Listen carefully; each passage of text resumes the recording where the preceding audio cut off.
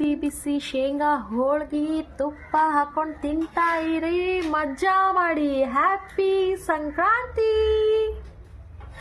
Hello guys, welcome to I vlog. So ನಾನು ನಿಮ್ಗೆ ಇವತ್ತು ಮಾಡಿ ತೋರಿಸ್ತಾ ಇರೋ ಅಡುಗೆ ಶೇಂಗಾ ಹೋಳ್ಗಿ. ಸೊ ಇದಕ್ಕೆ ಏನೇನು ಬೇಕು ಅಂತ ನೋಡ್ಕೊಂಬರೋಣ ಬನ್ನಿ. ಸೊ ನಾನಿಲ್ಲಿ 4 ಬಟ್ಲು ಶೇಂಗಾ ತಗೊಂಡಿದ್ದೀನಿ, 2 ಬಟ್ಲು ಮೈದಾ ಹಿಟ್ಟು, 2 ಬಟ್ಲು ಬೆಲ್ಲ, ಮತ್ತೆ ಏಲಕ್ಕಿ 4ರಿಂದ 5, ಮತ್ತೆ ಹಿಟ್ಟು ಕಲ್ಸ್ಕೊಳ್ಳೋಕೆ ನೀರು, ಮತ್ತೆ ಆಮೇಲೆ ಸ್ವಲ್ಪ ನೀರು ಬೇಕು, ಹೇಳ್ತೀನಿ ಅದು ಏನಕ್ಕೆ ಅಂತ. ಸೊ ಬನ್ನಿ ಈಗ ಮೈದಾ ಹಿಟ್ಟು ಹೆಂಗೆ ಕಲ್ಸ್ಕೋಬೇಕು ಅಂತ ತೋರಿಸ್ಕೊಡ್ತೀನಿ. ಸೊ ನಾನಿಲ್ಲಿ 2 ಬಟ್ಲು ಮೈದಾ ಹಿಟ್ಟು ತಗೊಂಡಿದ್ದೀನಿ. ನೀರು ಹೋಳಿಗೆ ಕಲ್ಸೋ ಥರನೂ ಕಲಿಸ್ಬಾರ್ದು. ಸೊ ನಾನಿಲ್ಲಿ ಎಣ್ಣೆ ಹಾಕೋತಾ ಇದ್ದೀನಿ, 1 ಸ್ಪೂನು. ಅದ್ರಿಗಿಂತ ಸ್ವಲ್ಪ ಮೆತ್ತಗಿರ್ಬೇಕು.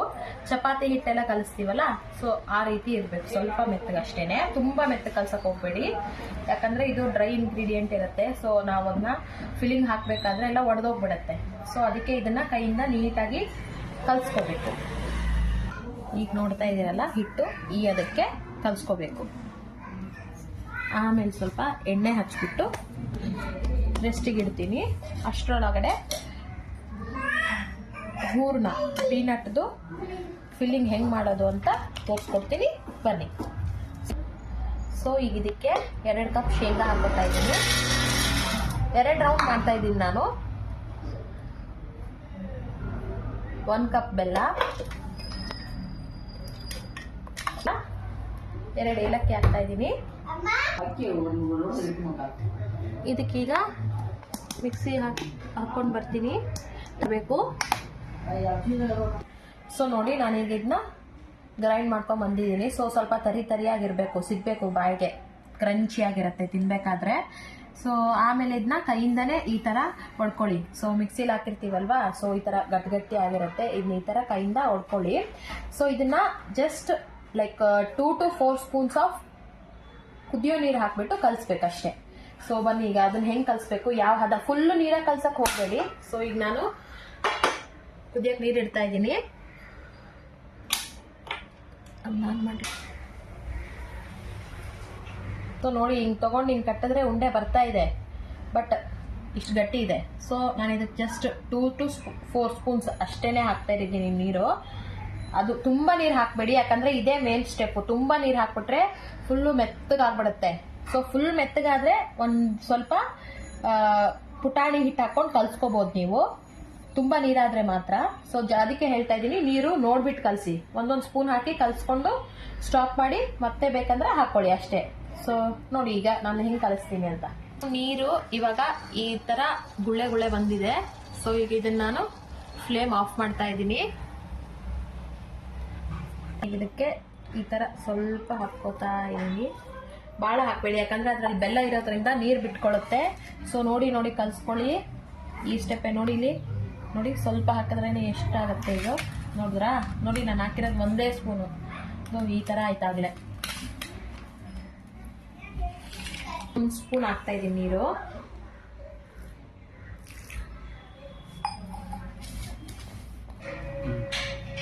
ಸೊ ನೋಡಿ ಈಗ ಈ ಹದಕ್ಕೆ ಕಲ್ಸ್ಕೊಂಡಿದ್ದೀನಿ. ಸೊ ಸ್ವಲ್ಪ ನೀವು ಇದು ಫಿಲ್ಲಿಂಗ್ ತಗೊಂಡು ಕೈಯಲ್ಲಿ ಹಿಂಗೆ ಉಂಡೆ ಮಾಡಿದ್ರೆ, ಸೊ ಈ ತರ ಉಂಡೆ ಆಗಬೇಕು. ನಾನು ಹಾಕಿರೋದಿಲ್ಲಿ 3 ಸ್ಪೂನ್ಸ್ ವಾಟರ್ ಹಾಕಿದ್ದೀನಿ ಅಷ್ಟೇ. ನೋಡಿ ಈ ತರ ಉಂಡೆ ಆಗ್ತಾ ಇದೆ. ಸೊ ಈ ಹದಕ್ಕೆ ಕಲ್ಸ್ಕೋಬೇಕು. ಸೊ ಈಗ ಬನ್ನಿ ಹೆಂಗ್ ಮಾಡೋದು ಅಂತ ತೋರಿಸ್ಕೊತೀನಿ. ಸೊ ಈಗ ಇಷ್ಟು ಹಿಟ್ಟು ತಗೋತಾ ಇದ್ದೀನಿ, 1 ಪೂರಿ ಸೈಜ್ ಅಷ್ಟೇ ಹಿಟ್ಟು ತಗೋತಾ ಇದ್ದೀನಿ. ಸೊ ಈಗ ಇದನ್ನ ನಾನು ಸ್ವಲ್ಪ ಫಿಲ್ಲಿಂಗ್ ಮಾಡ್ಕೊಳ್ಳೋ ಅಷ್ಟು ಉದ್ಕೊಳ್ತೀನಿ. ತಗೊಂಡಿದ್ದೀನಿ, ಈ ತರ ಉಂಡೆ ಮಾಡಿ ಇದ್ರೊಳಗಡೆ ಇಟ್ಕೊಂಡು ಈ ತರ ಕ್ಲೋಸ್ ಮಾಡ್ಕೊಳ್ಳಿ. ಆಮೇಲೆ ಉಳಿದಿರೋ ಹಿಟ್ಟನ್ನ ತೆಗೆದು ಇದನ್ನ ಈಗ ಇದು ಚಿಕ್ಕದಾಗೆ ಇರಬೇಕು. ಇದು ಚಿಕ್ಕದಿದ್ರೇನೆ ಟೇಸ್ಟು.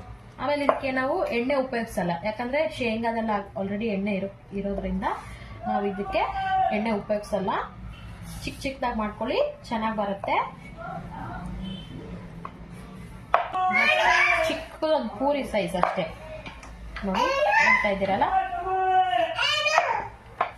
ಅಂಚೆಲ್ಲ ತೆಳ್ಳಗೆ ಇಟ್ಕೊಳ್ಳಿ. ಮೈದಾ ಹಿಟ್ಟು ಬರೋ ಥರ